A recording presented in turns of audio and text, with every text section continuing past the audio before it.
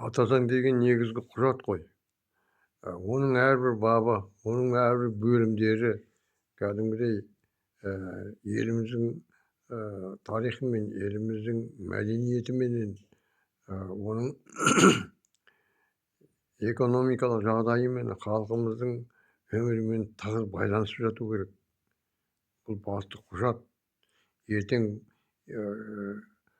өмірімізде бір үлкен оқиғалар болып жататын болса, сонда осы мәселеде тығырыққа тіреліп қалып, бір мәселе шыққан кезде қарайтын негізгі құжат болу керек. Бұл конституцияға сүйенетіндей. Бұны біз 30 жылдың ішінде неше рет өзгертіп жасадық.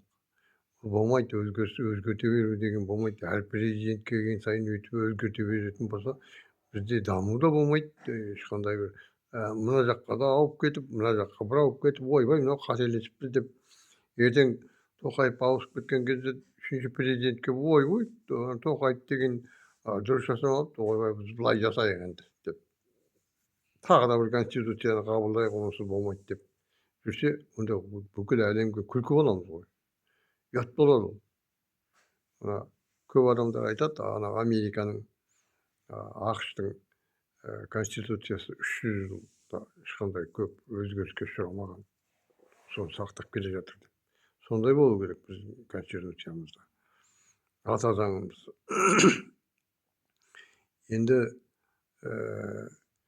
бір адамдар айтады, осы 93 жылғы конституция жақсы, соны негізге алып, Назарбаевтың кезінде жасалған өзгерістерін қайтадан қалпына келтіріп, сол жүре берсе дұрыс болар еді деген әңгімені айтып жатыр. Негізі бұндай нәрседе асығуға болмайды. Біз асығыс жасап жатырмыз көп нәрсені. Талқылау да өзі дұрыс болып жатқан жоқ сияқты. Бұл комиссия мүшелерінің өздері халықпен кездесуге барып, халық оларға кездесуге келмей, одан мұғалімдерді жинап, одан жоғары оқу орындарының мұғалімдерін жинап, студенттерді жинап, солай әуре болып жатқан сияқты. Бұларға бәленбай мың ұсыныс айтылды, андай мындай деген жай ғана бір деректер керек сияқты, сол үшін солай жасалып жатқан сияқты. Бұлай жұмыс жасауға болмайды ғой.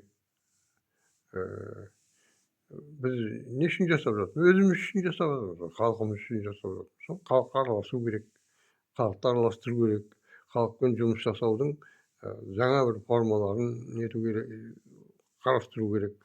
Мысалы, онлайн конференциялар ұйымдастырып, мысалы, үйде отырған адамдар қатыса алатындай, мысалы, келіп жасауға болады ғой. Мысалы, бір ауданға келіп, Әуезов ауданы, Алматы қаласы, мысалы. Әуезов ауданының нелер қосылып, сұрақ қоя аласыздар, келіп қатысыңыздар деп. Келіп емес, онлайн өткізуге болады ғой, мысалы. Техниканың дамыған заманы. Сол сияқты түрлі форматтарда өткізсе, халық қатысады оған. Кешке мұғалімдерді алдыға салып тақыратып қолай бергенін ұят болады. Шет жағасын айтып жатыр кешеден бері қарай. Осы мұғалімдерге қол қойдырып, сөйтіп қолап, қол қойдырып алып, соларға жасатып жатыр екен.